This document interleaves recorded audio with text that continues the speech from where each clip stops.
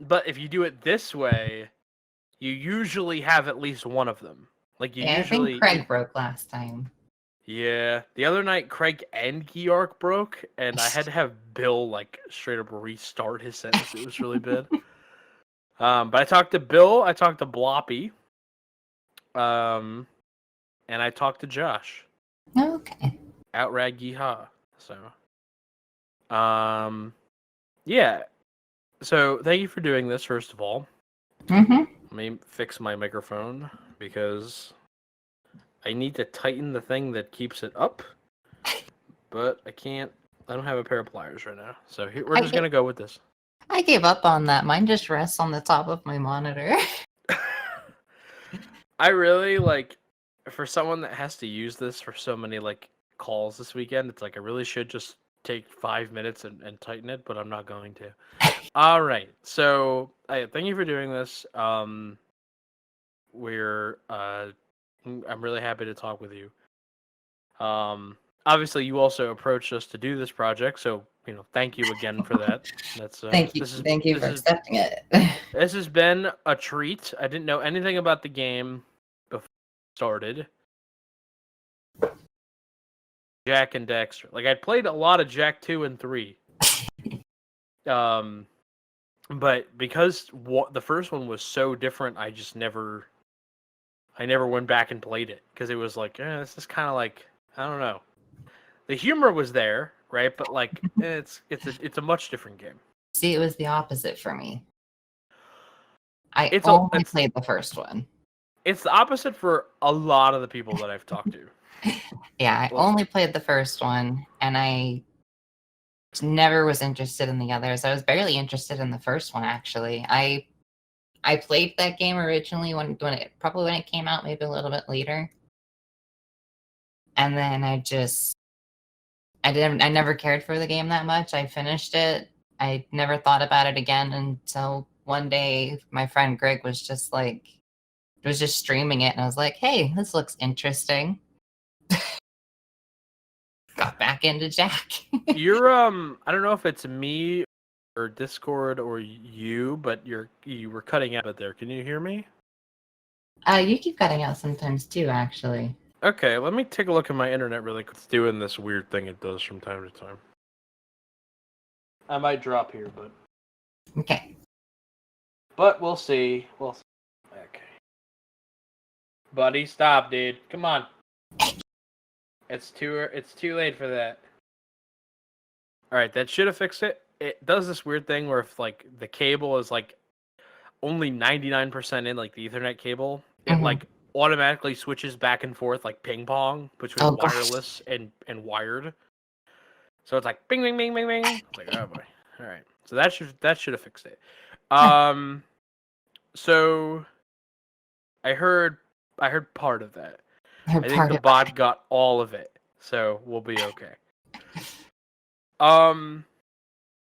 So you put together this spreadsheet, this world record history spreadsheet. Well, me, Roser, and Qatar. Yes. I didn't mean to uncredit anybody. So you all put together this thingy. And I gotta say, I get a really big kick out of the first one, which was the SDA kind of primordial ooze proto-history run. And I was one of the things that I kind of picked up was that it was like of the opinion at the time that this really wasn't a game that could be speedrun, because it had cutscenes and too many like, I don't want to say it was programmed too well, but it had like power cell requirements, so you couldn't see. It had no sequence breaks, I guess, right? So, talk to me a little bit about the unbeatable run, the 2 hour, 20 minute, and 3 second, because he defended that for a long time, right? For years. The unbeatable run of Ben Fitcher, where you can't just what was his wording? Oh, you can't just jump into magical Yeah, you pictures. can't just jump in magical pictures like you can in Mario 64. You can't skip anything. There are no glitches. Under 2 hours probably isn't possible. Very highly revered run for many years.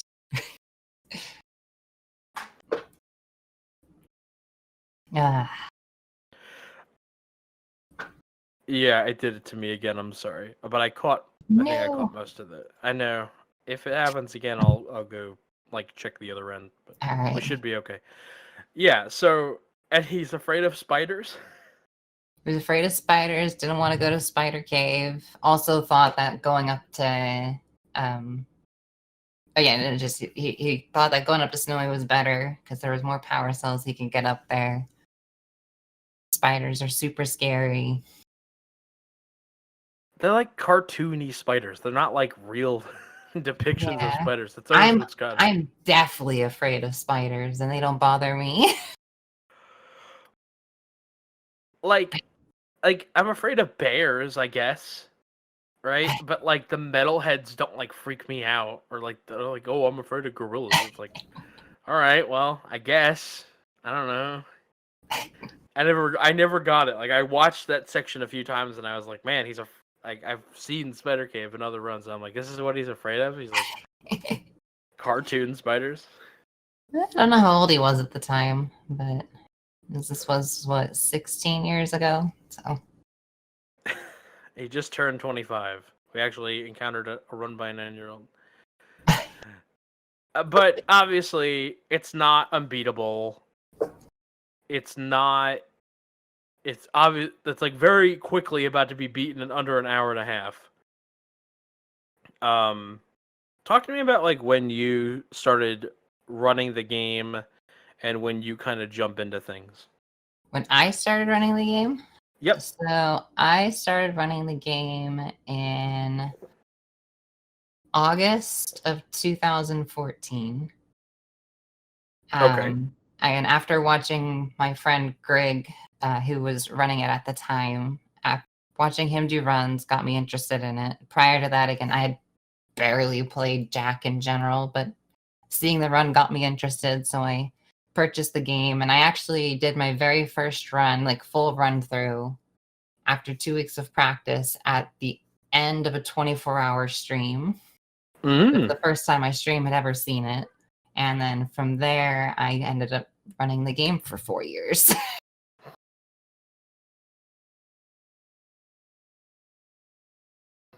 Yeah, you had a stretch there for sure.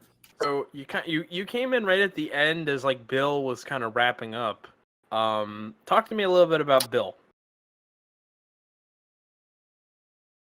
Well, Bill's wonderful. It was nice to meet Bill and just chat with Bill. He was always a nice person. It was something interesting when I first got into the game, because I love racing with people. And I asked Bill to race one day, and apparently no one had ever asked Bill to race, so he was really confused by that. But he wanted to race, and he was interested in racing. There we go. I was his like first race of Jack. After all that time of him being by That was himself, really like one of the things that he talked to me about was he's like, yeah, I mean, there was a Skype group and I was in it, but I didn't really talk to anybody, and I was just kind of like the only one really playing. One of the other things he said to me that I thought was really interesting was that he felt like his greatest contribution to the game was testing and routing, and that he would have been really happy like never having the world record. Like if someone else was around to play it, he would have been just super happy just like routing things out and testing to see what would be faster. He said he made a spreadsheet of every orb. he did. Oh my god. That's so crazy. Yeah, Bill loved just playing the game and just finding out stuff with it. We both had like the same mindset on things, where we just enjoyed just seeing where the game would go, seeing where it would take us. So, Bill, this is your first run. Let me see. You join in August, your 2 weeks practice. So we're into like September, and then Bill is gonna he's gonna speedrun this game for like another It's really like 5 months, but it's really like 3 months, right? Because he kind of like he gets the 104.28, and then y'all drop Red Sage cutscene skip on him. Well, he dropped it, but He dropped it, okay, but then y'all sniped it. So, talk to me a little bit about Red Sage cutscene skip. It doesn't have to be. You don't have to go too in depth because he explained it and a few other people have explained it. But like, how big was that at that time? At the time, Red Sage was huge because that cutscene's 2.5 minutes long, and it was just always such a meme and whatnot, just like sitting in that cutscene for like ever, just so you could get up to Snowy and continue to get the rest of the power cells. And then after Bill found that, me and Jazz practiced the heck out of it and just started doing runs. It's also super ridiculous. I Yeah, don't have a. it's so I'm running out of words to describe it. It makes sense when you know everything else that you know about the game, like how cutscenes work, and the bubbles, and the pausing, and the loading, and the saving, and how it and all that. It all makes sense after you know all of it. But there's no reason why this really should work. It doesn't feel that way. No, it's very like, strange. It would not work without the bubble. yeah, absolutely. And that bubble's huge. It's massive. Wasn't that one of the biggest problems, like finding something? Because you just couldn't avoid the bubble. Like you could do it and you could get away, but if you went anywhere like within like 10 miles of the hut, you would trigger the cutscene. Yeah, Maybe that not was that like far. with Blue Sage, we found like the small way around it that saved 10 seconds at the time by getting a different checkpoint, but you couldn't really do that with Red Sage because Lava Tube was your closest bet, and at the time, like there just wasn't a good way to get to Lava Tube after doing anything and get back until Bill found the whole nonsense out of bounds.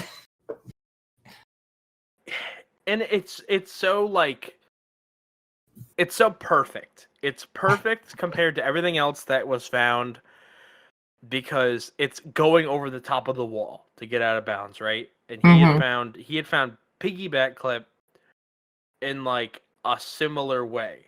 Like he accidentally landed on top of the lurker. Yep. And then it's like, oh wait, I can just go over top of the wall. Yeah, we quickly learned that Naughty Dog decided that at this point, it doesn't need a hitbox anymore. Yeah, nothing, right? Just like everything above like 6 feet tall is like fair game. Mm-hmm. So it's Bill, Sultra with Blue Sage cutscene, and then Bill, and then he finds Red Sage cutscene, and then there's like a little bit of a reroute. Not obviously. Watching his 103.29, I couldn't understand why he immediately loses like 45 seconds in the middle of the run and everyone's fine. At one point, because he also doesn't say anything, he doesn't talk. So he's like, I know I missed it, I'm gonna get it at the end. And I'm like, what did you miss? What? And I'm like trying to watch his previous PB, but he's 10 seconds ahead of it. And then he's 40 seconds behind it. I was like, oh my god, I'm like schwitzing. I know what the end result is, but I'm like stressed out watching it. I don't remember what that was. Hang on. I want to make sure this is the right run. And I feel like a real asshole if it's not. I just remember this run being just like the run at the time. Yeah, he ends up, after Boggy Swamp, he goes from being like -10 in Precursor Basin to +40 in Boggy Swamp. I swear this was because of Ambush, right? Yeah. I think you had written that in the Discord, but I'm not a smart person. Yeah. Yeah. So at the time, I routed out the 4th minor cell and replaced it with Ambush because I found that getting the 90 orbs plus watching the extra cutscene you get for that 4th cell from the miners was just really long. So I routed that out and replaced it with Ambush. And for a while, Bill didn't do that, but this run he did do. He ended up doing that, I believe, where you instead of the 3rd miner, or instead of the 4th miner. So it's a little bit of like, he kind of took your route once you kind of had gotten the world record with it a little bit there. Because that's when he routes it in. Yeah, he routed it in after. I don't remember what made him end up changing it. But yeah, the world may never know. We might have to wait another 5 years to ask him. But yeah, he finally changed over to the route, and that's why his splits are so weird during that run. Usually we do a thing where it's like, oh, this is a big run. We're going to ham it up. We're going to go step by step. We're going to walk you through the splits. And this one, it's like, oh, he's 40 seconds behind because he's doing a new route. It's like, that blows, man. At least set up some new splits or something. You know, give me a break. No, it's all good. Going back, so then he bows out. He's done. He said he knew after that run he really wasn't going to stream anymore and that he was kind of done speedrunning. Yeah, he was very much dipping in and out at that point. He came back in like a 1 flat 11, I think, is what his current PB is. But outside of that, he was just gone. And so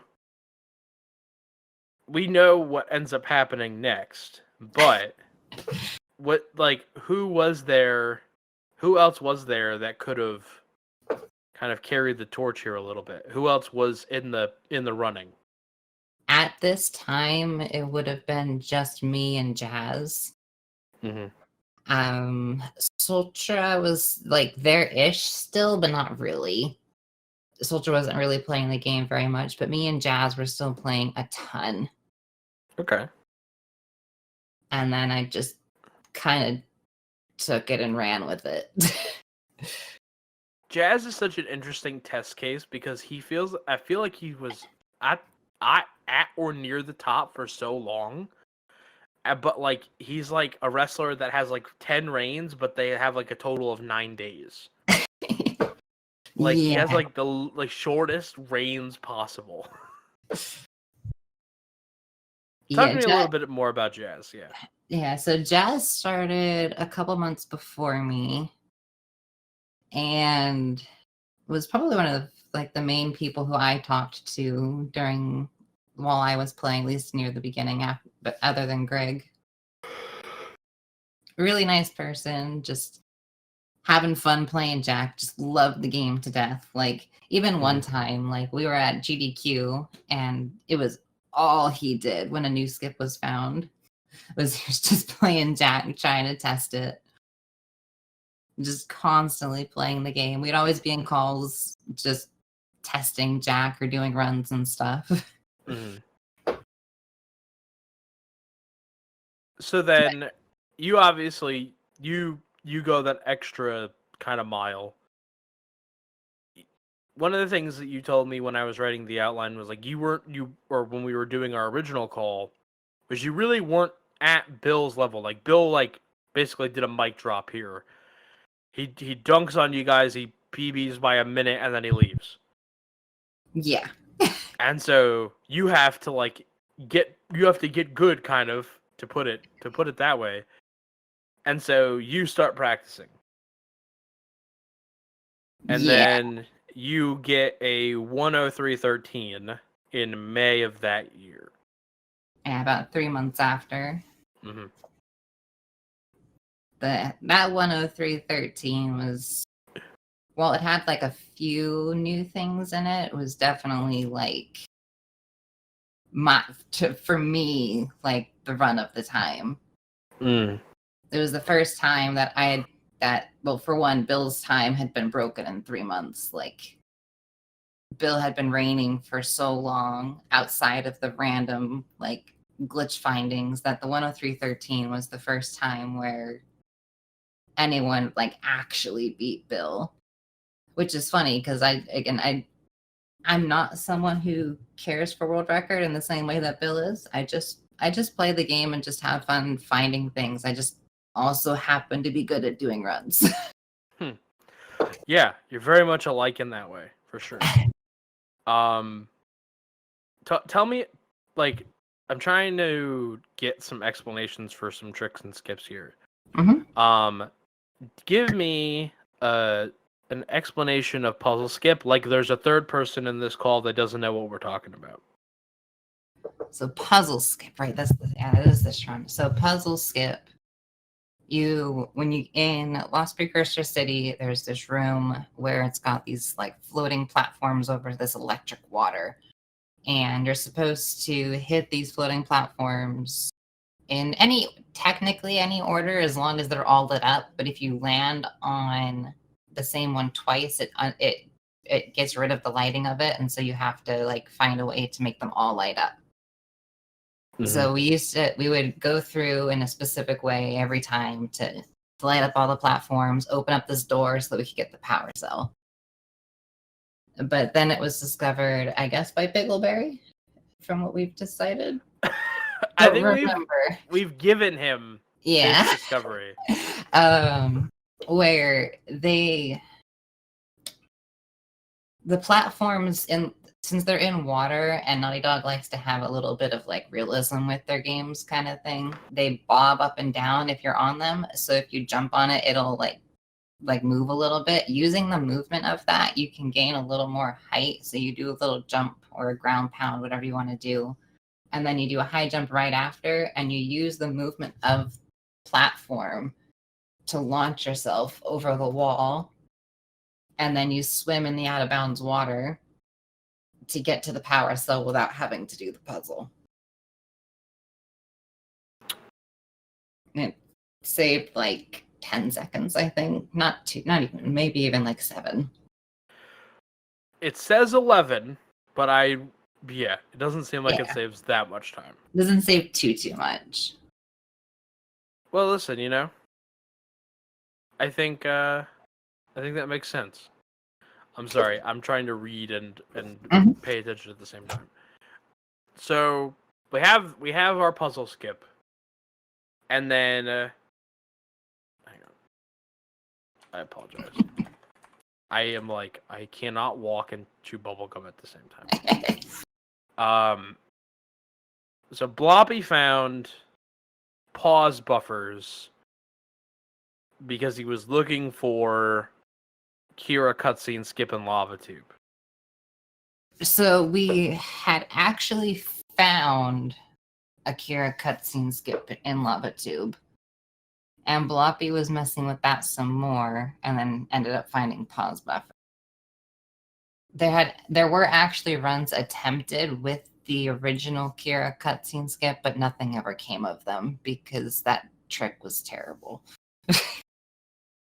It was like there's a 1 frame window when you go to activate that portal. If you're close enough to the portal, like to hit the button to start the cutscene, if you're close enough to the portal, there's a 1 frame window where using the portal flashes on the screen. You can actually use the portal during that 1 frame window to skip the cutscene. So you go to Geyser Rock and then you go back and you skip the cutscene that way. It saved like 5 seconds if you got it, and it ruined your run if you didn't.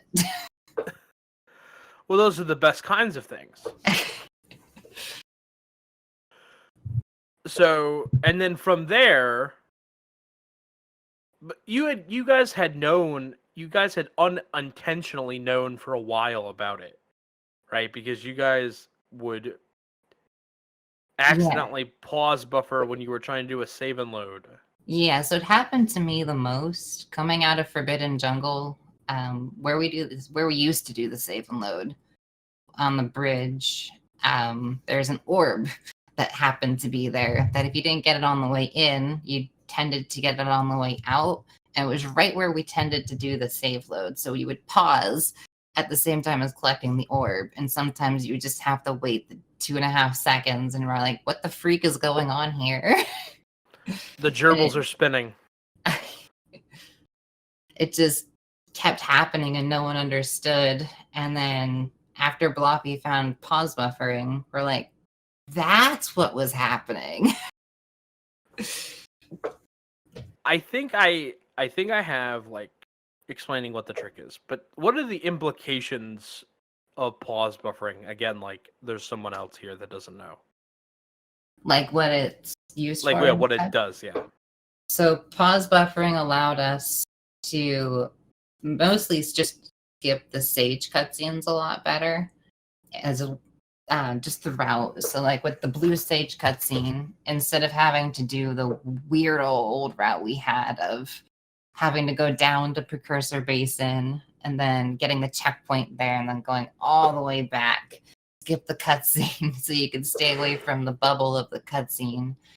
Pause buffering allowed us to just, once we got to Rock Village, you could just go into the cut, skip the cutscene, and then you would do pause buffering to get outside of the bubble. And then along with that, it made Red Sage so much more accessible once we understood how it worked there. Because originally we didn't actually think you could make the distance of the 2.5 seconds from the button to killing yourself for Red Sage cutscene skip to work. But after a bunch of fiddling with it took a couple of days, we found a good way to get that to work. To also be able to skip the Red Sage cutscene in the secondary way that was just much better than the old way. The old way looked cooler, but pause buffer just made it better. And then it was also implemented with the Kira cutscene, same kind of thing. You hit the button, kill yourself during the pause buffer window. And then it had the unexpected effect of also happening to work to skip the intro cutscene to Citadel. That one we didn't even think about at first, and then realized that it might actually work. Bloppy has this story of he had gotten. I think he said it was you and Kitar in a voice call, and he's showing you something, and then he accidentally skips the cutscene. Yeah. He was like trying to show you guys something else, and he accidentally skipped the cutscene. I was like, yep. Wow, it's like amazing. So, one of the things that Bill said, and I hate kind of referencing stuff that you're not able to hear, but these are desperate times. We're in desperate times. One of the things that he said was he put the game down when the game, because he really liked the movement. That's really what got him into the game. Mm-hmm. That's when he was watching the game in Bonesaw's chat when he was a viewer and he was like getting into the game. What got him into it was, oh, this looks like a really fun movement-heavy game. And it stopped being that and became more about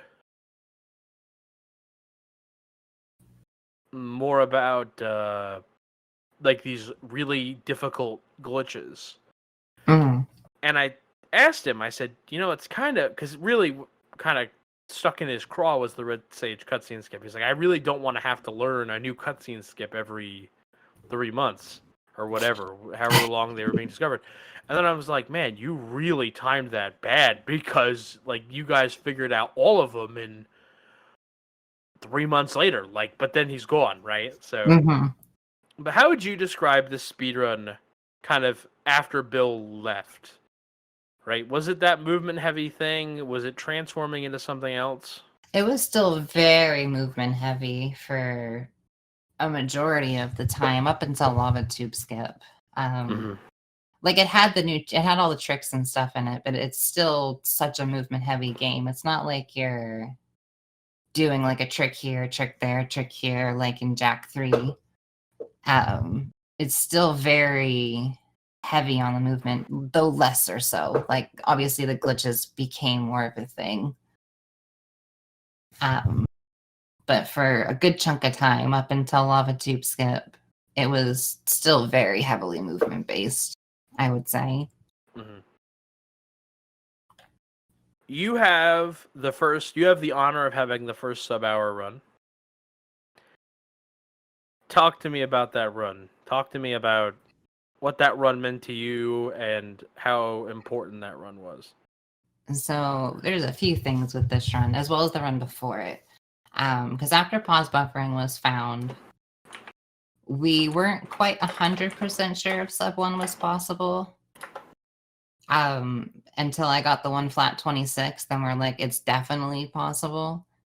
When I got the 1 flat 05, that was the most frustrating thing of all time. Because that run should have been it. And it took 2 days of attempt to finally get it after that. And it was very frustrating days because it was like, it was so close and we just wanted it to happen. And it just was not happening.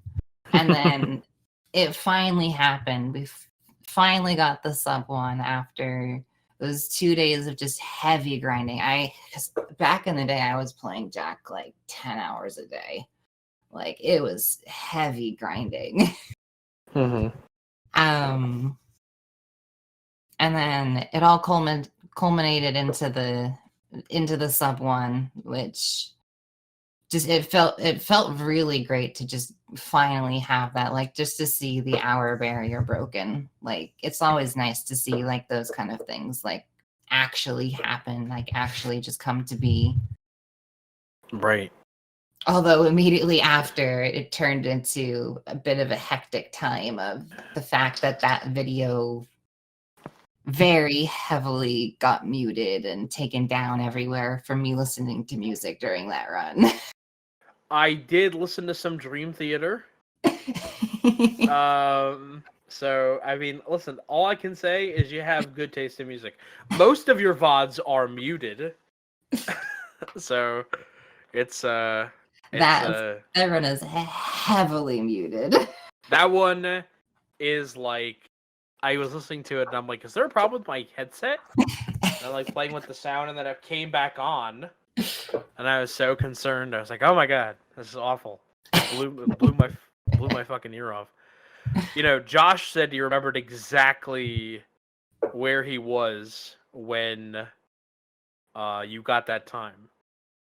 He was on his way to school, and you are a vampire, and you only stream. You might stream 10 hours, but those 10 hours end at 9 a.m. and start at 11 p.m. And poor Josh is West Coast and all this stuff, so like he's like, it's like 5 a.m. for him. He's like getting on the school bus. It's all right. I've changed him a bit now. He's up to like 4 a.m. now. I don't know if it's for the better or not, but you guys are definitely night owls. I remember being that way. I remember like there was a time in my life I could tell you like, oh man, I would go to bed when the sun came up. I was like a howl at the moon. But now I just my back hurts if I don't go to bed at night. I feel like an old man. It really hurt me. It really changed me. It was a really good time for that though, because like we had a lot of runners at the time, so there was like Jack like 24/7. Like, just there was constant Jack content if people wanted it during this time. Yeah, absolutely. So we're gonna gloss over some of your runs here a little bit. Mm-hmm. You get down to 59:37. Saxman finds a gondola skip. And then he sneaks in a quick record, and then you do another world record tear, and then we get to claw skip. You go from like a 59:18 to, I'm going to cheat, 57:43 before claw skip is found. Yeah. Well, so is that before claw skip that's gets right. put in. 57:43. Yeah, that's Listen, I'm working off your notes. You're good. You're good. I'm watching you. Okay. So it's at AGDQ. Excuse me, I hit the mic. It's at AGDQ 2016 that 2 tricks are found. Backward cell is the thing in Mountain Pass where you can get off the zoomer and go backwards. But you guys always knew that, but you guys didn't know about the jump. So you could jump up that cliff face. Well, so we and get the power cell. We knew about the jump for a while, actually. Bill had actually worked on it for a bit too, but we never knew how to make it consistent. And so it was always something that people would just kind of like randomly go and sit there and try to do for a while and try and figure it out until I believe Goofy358 found the consistent setup for getting up that to get to the power cell. This has quickly become one of the most disputed tricks in this entire history. I gotta tell you, Bloppy is very adamant. He found the jump that scaled the wall. I would probably say that Bloppy probably found the jump originally. And then Goofy found the jump that made it consistent. Setup. Yeah, he so it was very particular that he found the jump. He let me know about it. Yeah, I'm Man, a few words that Bloppy. But I gotta say, he was so nervous and he did great. Everyone that thinks they're gonna do awful always ends up doing great. So, and then that's a cell, right? So you're getting another power cell, and because you're not backtracking to go activate the yellow ego vent, right? So that's just an extra cell that you're getting that you weren't getting before, so you can get rid of another cell. Yep. But the big thing here is the claw skip, and that is there's only I didn't know this. So there's 3 bosses in the game. Technically, yeah, kinda. There's what's considered a boss in the game is. It's weird because it considers the dark eco plant, and then Claw, and then Gol and Maya. Yeah, and I don't know if I'd count the plant. I do anyway because the game does, but the plant seems so out of place. It's very out of place because it's not like it's stopping you from going to Fire Canyon or something like how Claw is. Claw is stopping you from progressing. Mm-hmm. Plant boss is just kind of there. You don't actually have to fight the boss. Can't you? Yeah, you can skip that. So you can skip. Yeah, you can skip the whole temple there if you wanted to. And if you wanted to turn on the blue ego vents, couldn't you go down, hit the blue ego switch to turn on the vents, and then just save and load out? That no.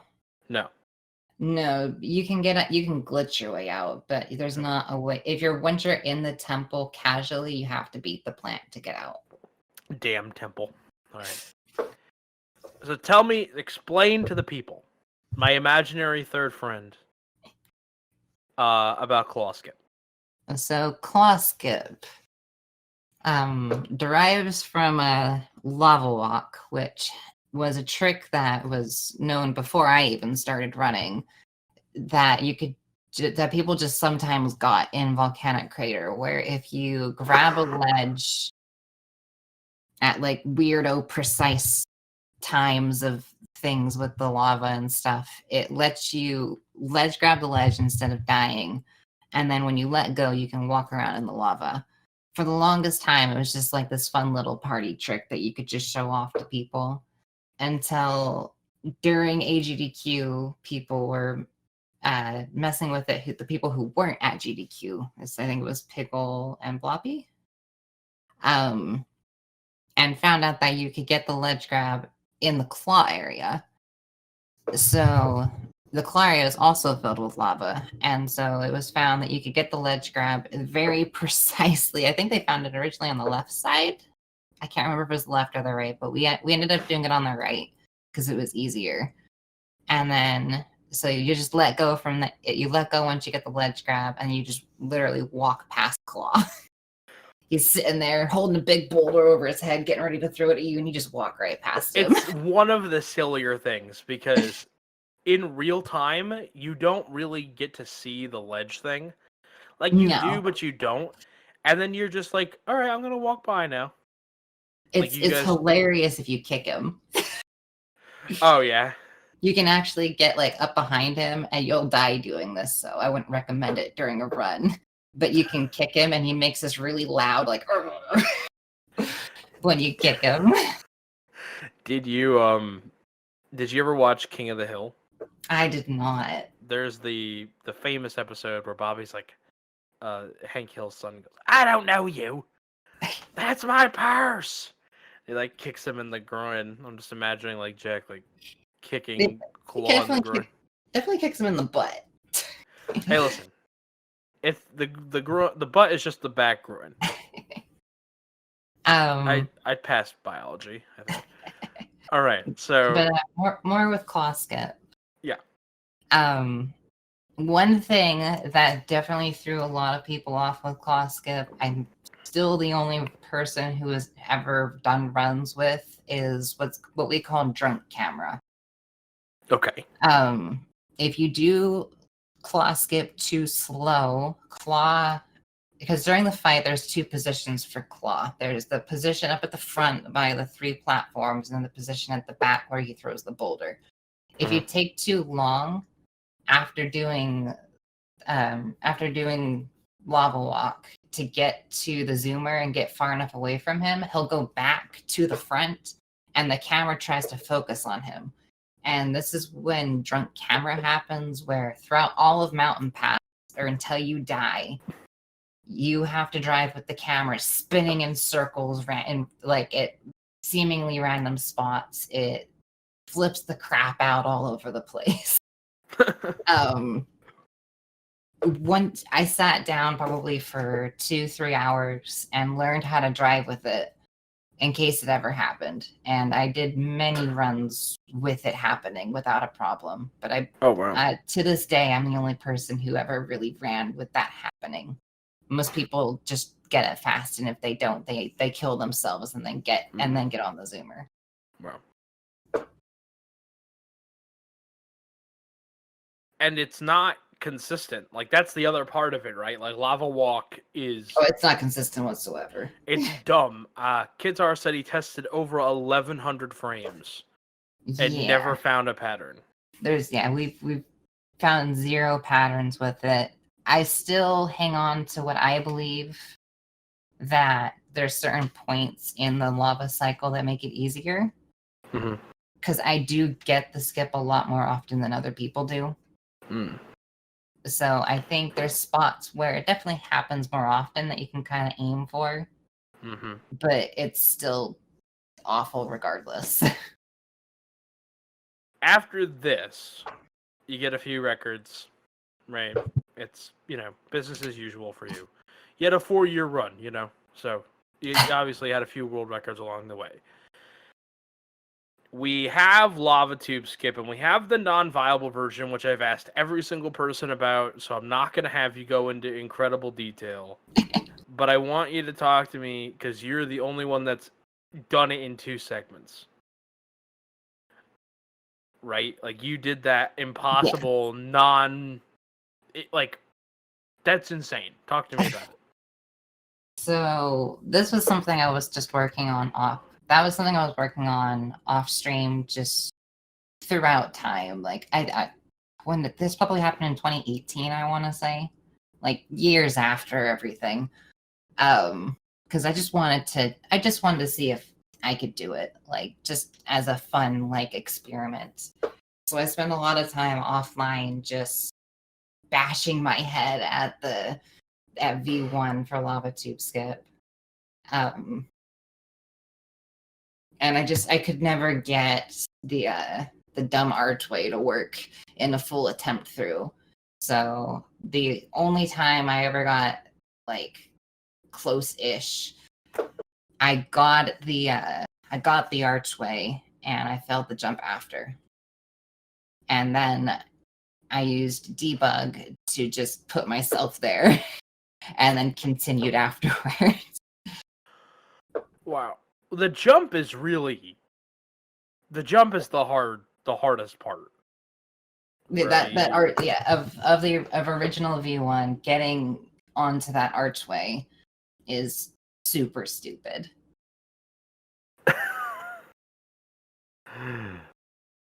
That archway is just terrible. It's the worst thing to do RTA. Yeah, it's not. Yeah.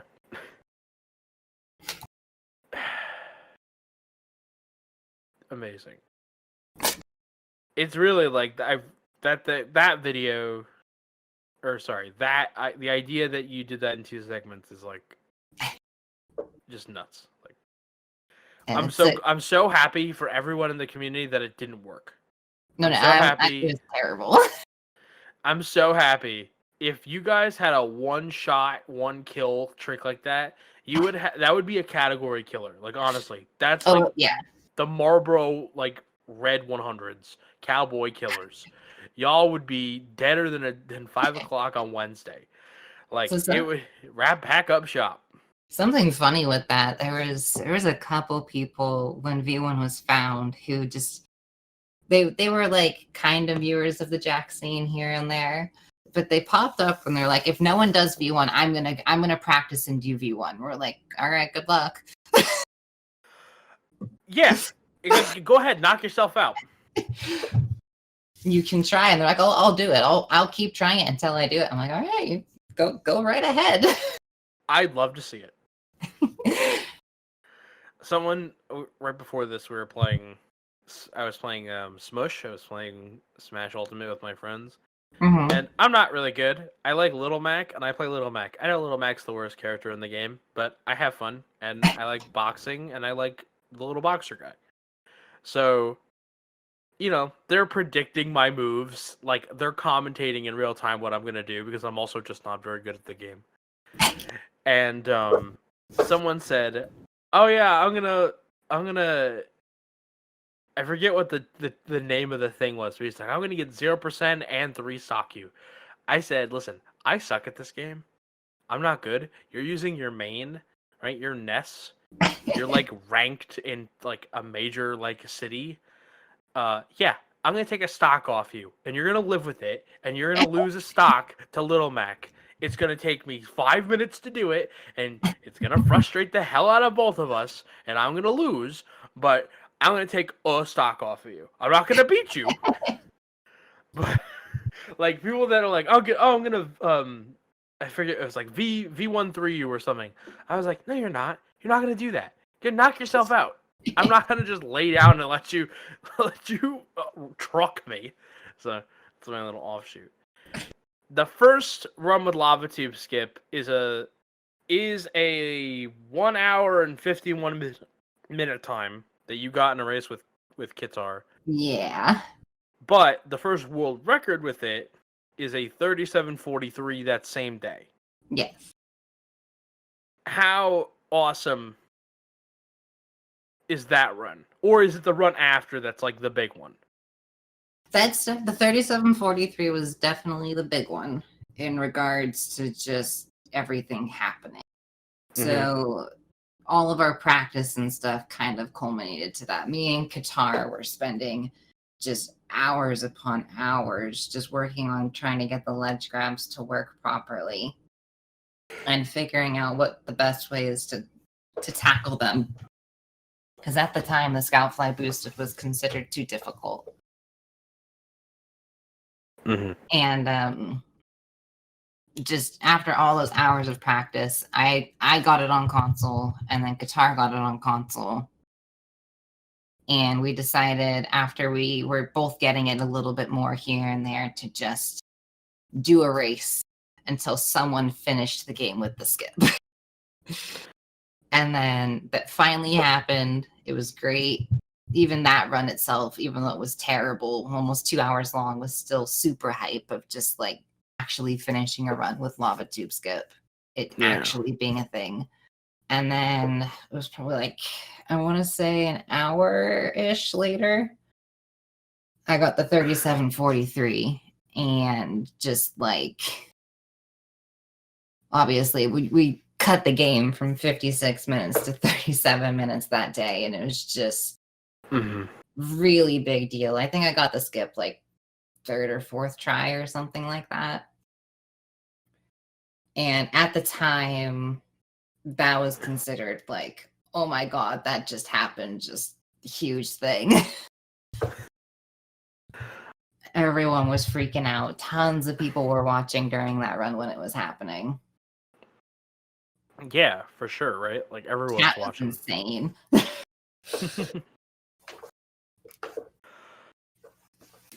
was... God, I had a question. No, I had it. I had it.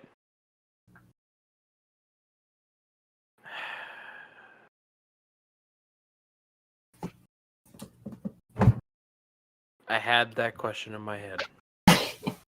I'm so disappointed in myself. Now I'm vamping, you see. I'm trying to vamp so that I can, like, maybe, like, trick my brain into recovering the question. No, okay. Let's I guess move on. The game's completely different now, right? The world record at like 2 days later is a 28:56. Yeah, that run was stupid too. Because so the 28:56 broke all of our expectations of where the run was going to be within the time frame. Because the 37, while it was like third or fourth try, like that was still really what we considered to be insane with the skip. And then the 28:56 happened just out of the blue 2 days later. Just first sub 30, right? Everything. Yeah.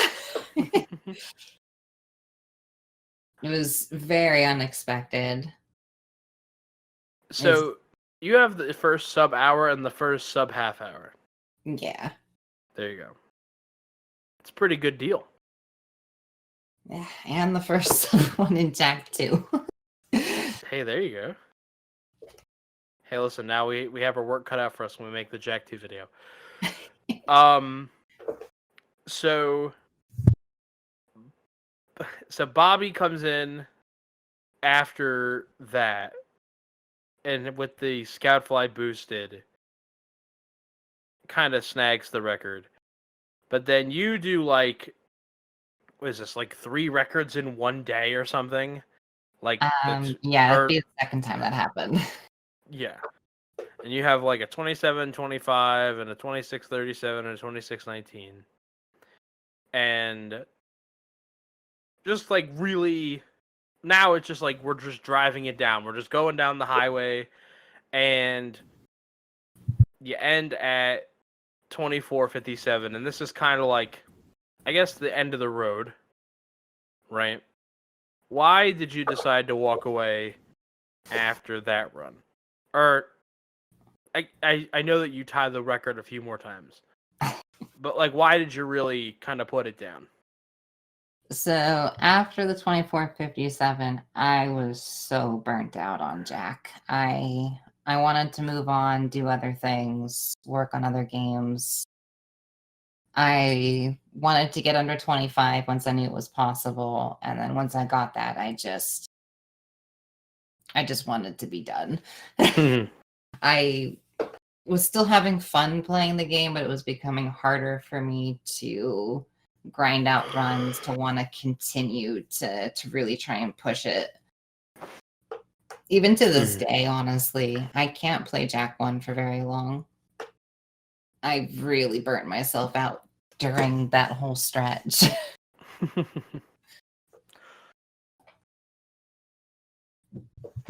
So after you kind of go, well, I want to ask you about Ouija, because I haven't gotten anyone else to talk to me about Ouija. So tell me about Ouija.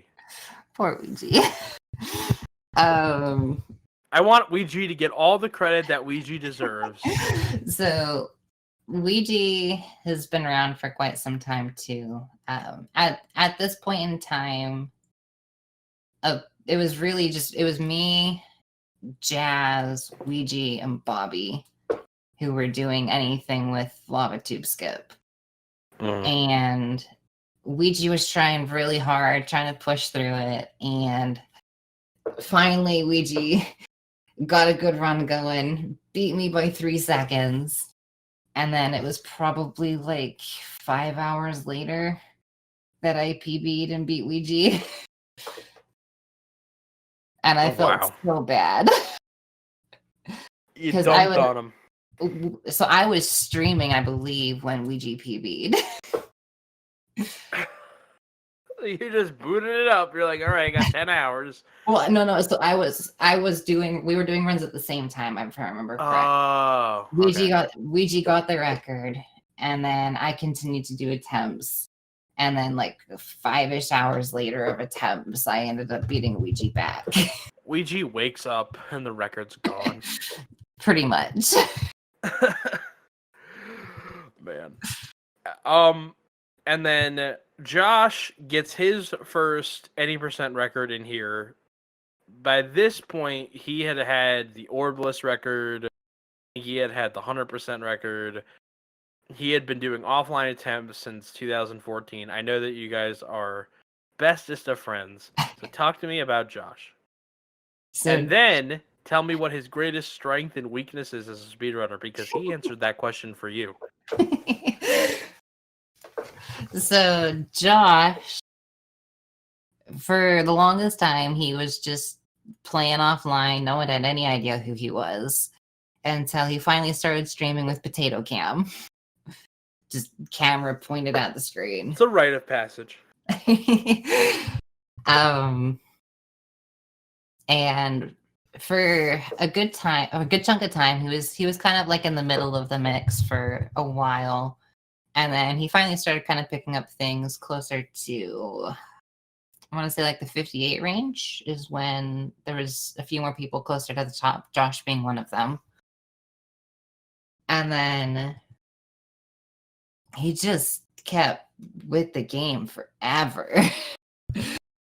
He's just obsessed with Jack, just like I did, just like Bill did.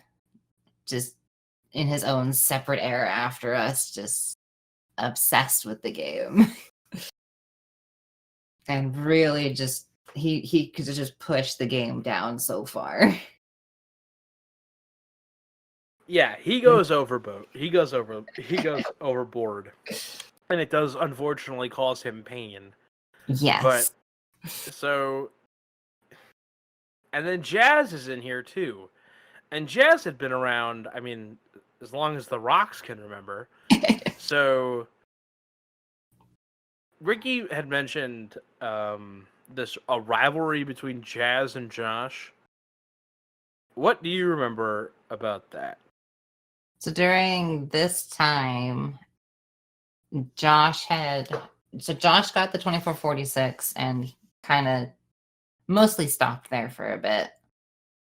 And until Jazz beat the time, and that motivated Josh to kind of play again.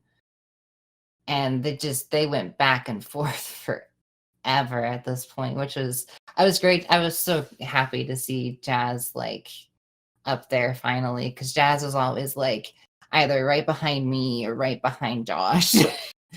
Or like right there just constantly for years. And then Jazz finally got like his time in the spotlight for a while. Mm-hmm. So they trade back and forth. We get Fire Canyon. And me being a silly and tying Josh twice. Yes, I have that in there.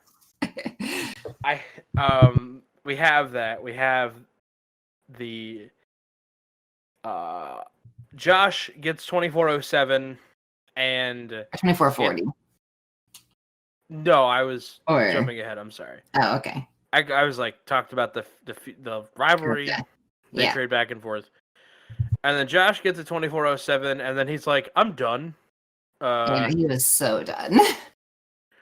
I'm burnt to a crisp, and I need to go like lie on a beach somewhere.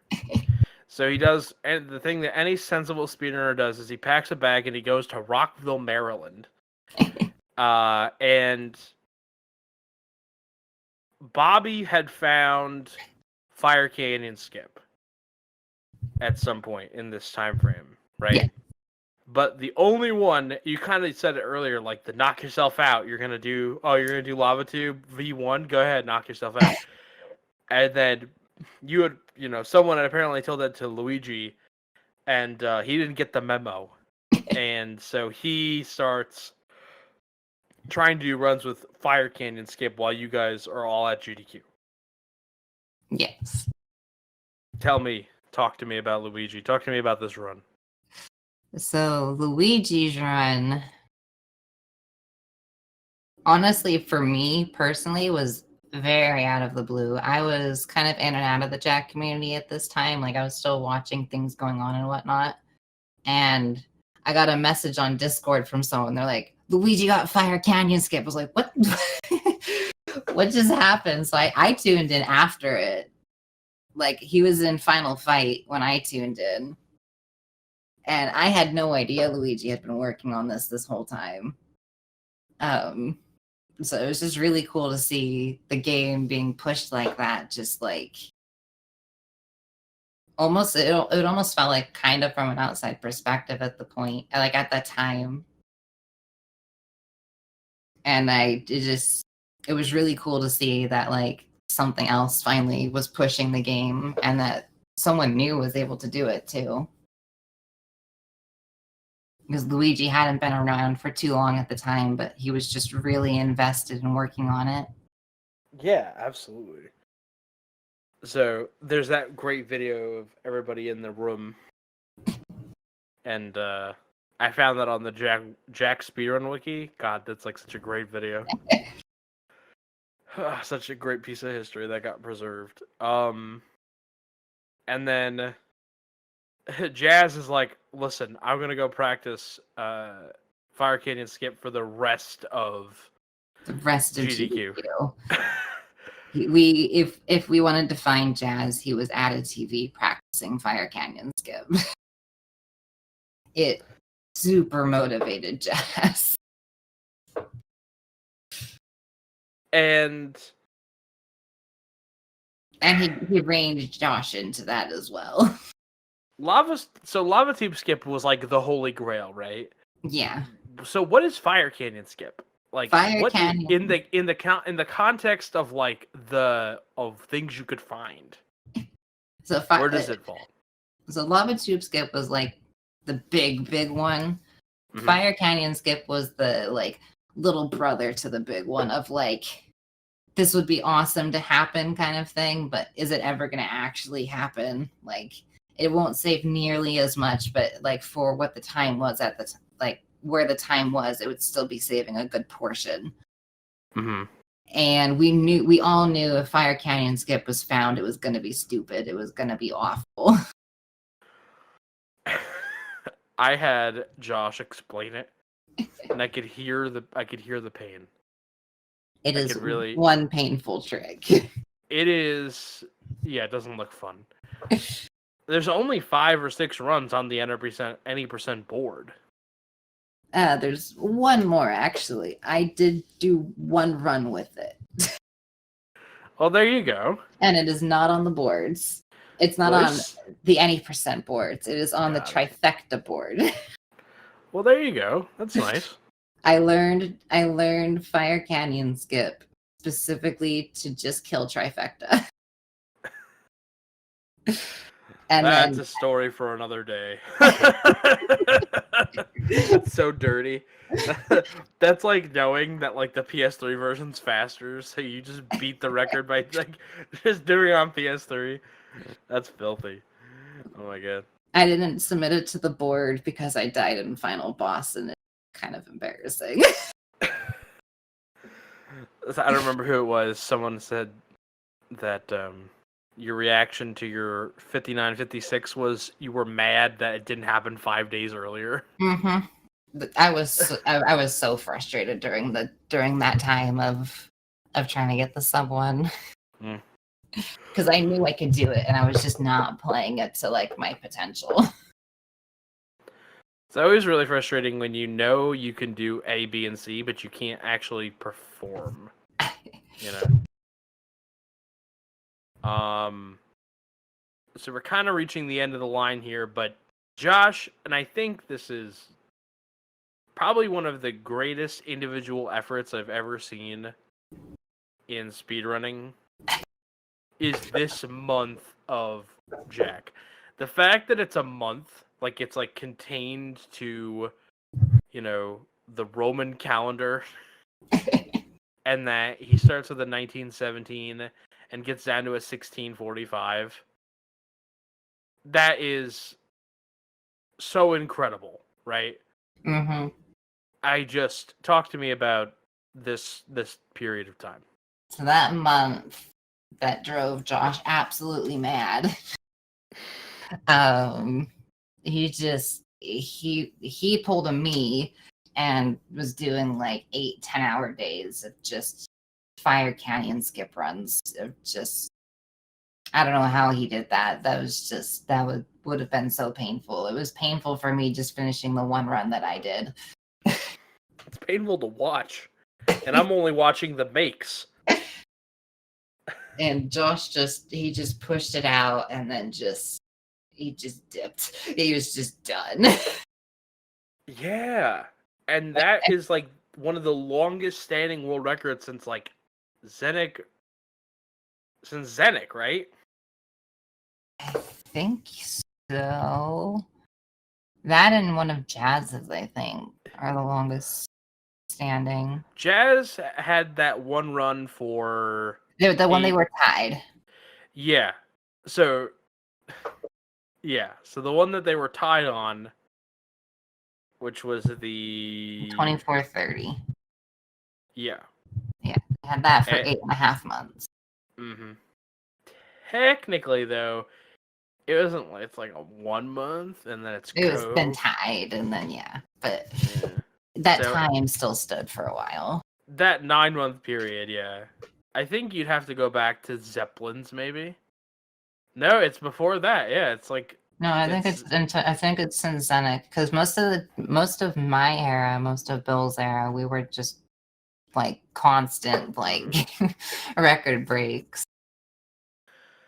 And then he comes back in the year of our Lord 2020 with a 1635. Yeah, a few new things were found. Josh wanted to put the category to rest and just went back to it, killed the category, and then left again.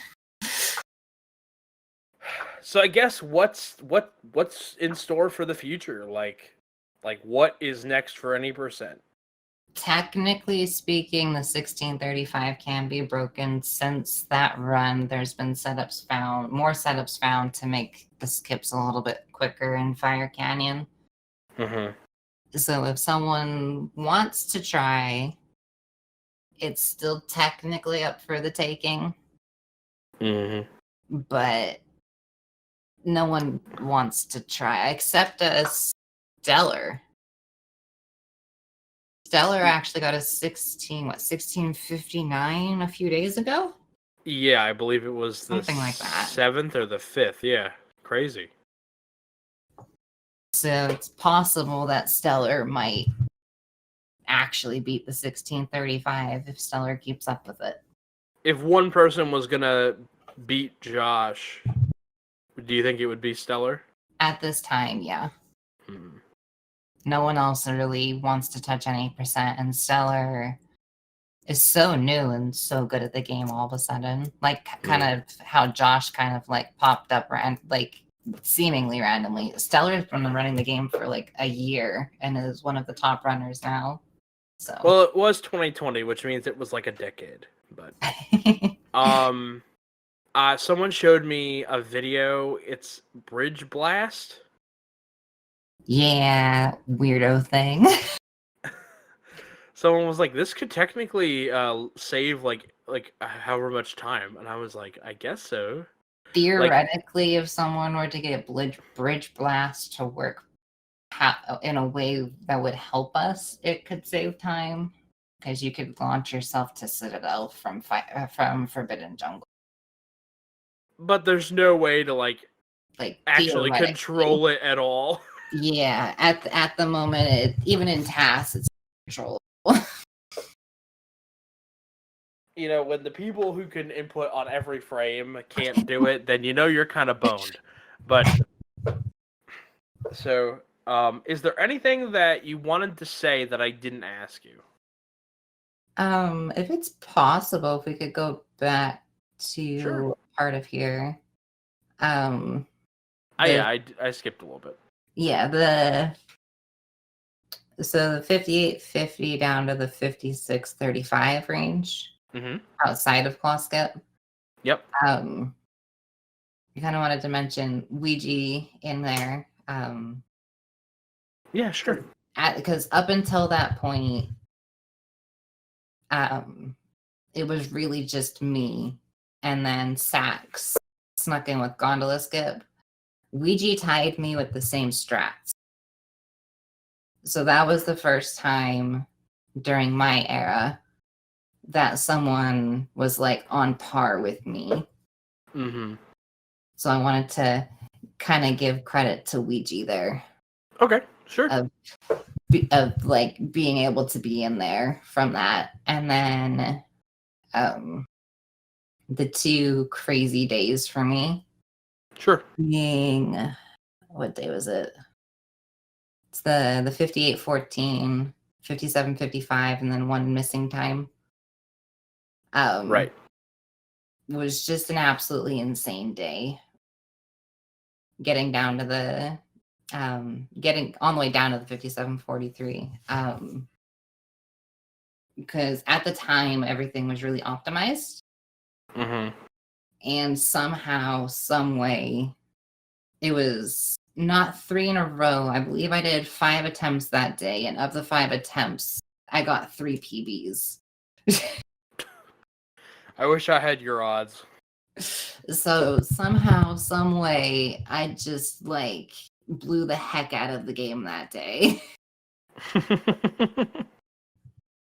And then the 5635 is probably, outside of the lava tube stuff, the 5635 is probably the most special run to me, personally. Talk to me about it. The 5635 was kind of like the culmination of all of the years prior. That was probably what I would consider to be like my own like peak game, like time of when I was playing. Awesome. So we didn't actually think that, well, we thought the 56 might be possible at the time, but it wasn't really something I was thinking about. Yeah, for sure. And you crushed it. So that run was a run I was doing. It was a no reset run with the splits hidden. So I had no clue what the pace was of that run. I wasn't trying to get anything near that. My plan, I was just trying to get lower 57, maybe 56. And then that run just came out of the blue from a no reset run and just blew everything away. I stepped away from the game after that because I was just like, that was. How do you improve that? Yeah. It's one of those things that it's. I want to talk about that run more, but just where it is in the history, it's awesome, but it's also right before something and that's like it gets crushed. Yeah, right. So it's like it'd be great. It's actually I probably will go back and kind of hype it up a little more now that we have this quote. But yeah, the 5635 is probably my personal like favorite run that I've done of the game. Sure. Was there anything else that you wanted to talk about? I don't know if you want to go to have anything about the 3 HP LTS in there. That would be the only other thing, I think. I don't. Well, let me put it this way. I don't have an active thought of writing that into the script. So why don't we get a quote for it just in case? And that way, if I forget or something, then we can just throw it in. Sure. Because the 2637 was a run that should have died. Because I was still doing ledge grabs at the time, and I took extra damage that I wasn't supposed to. So technically, I should not have been able to continue the run. But the fly boosted was a thing that was available that Bobby had been working on. So I decided, spur of the moment after taking that hit, I'm going to keep going. Got the ledge grabs. And then just happened to get the boosted as well. It's the only time anyone's ever done a run with 3 HP. It's technically slower since the ledge grabs themselves are slow. But at the time, it ended up still being the record. It was first try lava tube skip, but by getting both versions of it at the same time. That's pretty amazing. And I actually beat, so it was funny because my lava tube skip split, I golded that by getting both. Even though getting both was slower. Well, there you go. It showed that you had room to go. There was still gold left in them in their hills. So that and that's only like other. Okay. Well, listen. Thank you so much for doing this. I really appreciate it. I want to thank you for your time, and obviously thank you for letting us tell the story. And I appreciate having you on. And let's go ahead and kill the recorder bot. Bye-bye, bot. You did good today. He did very good today.